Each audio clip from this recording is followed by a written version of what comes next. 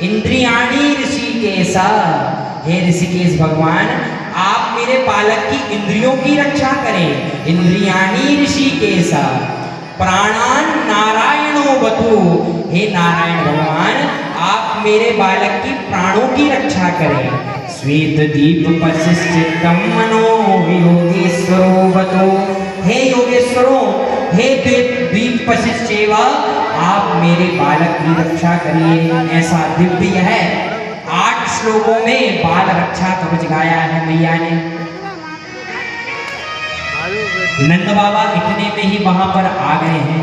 नंद बाबा ने जैसे आकर के देखा इतनी बड़ी विशाल राक्षसी पड़ी हुई है, भोग ग्वाल आए नंद बाबा से कहने लगे बाबा पता नहीं ये इतनी बड़ी राक्षसी कहाँ से आ गई और कैसे यहाँ आकर के मर गई।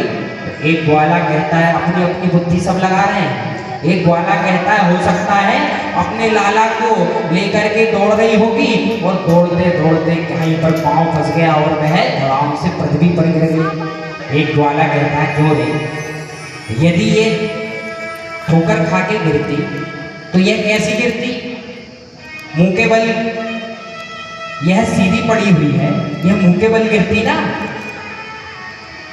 एक ग्वाला कहता है पता नहीं ये कैसे आ गई यहाँ पर। सब अपनी बुद्धि लगा रहे हैं। नंद बाबा ने कहा कि एक काम करो सब अपने घरों से कुल्हाड़ी लेकर के और रसा लेकर के आओ।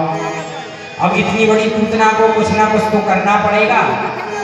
तो क्या किया, सभी गोप ग्वाल गए हैं और अपने घर से कुल्हाड़ी बरसा लेकर के आए हैं और इसको इस बड़ी विशाल पूतना को छोटे छोटे हिस्सों में काट दिया है। अब इतनी बड़ी विशाल पूतना गिरी थी तो लकड़ी की व्यवस्था यही कर गई थी। जितनी लकड़ियां इसमें दबी थी सबको इकट्ठा किया और आज जैसे ही अग्नि जलाई है पूतना जलने लगी और जैसे ही पूतना जलने लगी धुआं उठा और जैसे ही धुआं उठा पूरा ब्रजमंडल का जो वायुमंडल है वह सुगंधित हो गया। जैसे ही परीक्षित ने ये सुना, परीक्षित कहने लगे कि सुखदेव जी ये बताइए, अरे यह राक्षसी थी, जीवन भर इसने कुछ नहीं किया, केवल पाप किया, बालकों की हत्या करी, पर जैसे ही इसमें आग लगाई गई और जैसे ही धुआं उठ रहा है तो ये बताओ इसमें सुगंध क्यों आ रही है। सुखदेव जी कहते हैं अरे भले ही इसने जीवन भर पाप किए हो, इसने कुछ किया हो,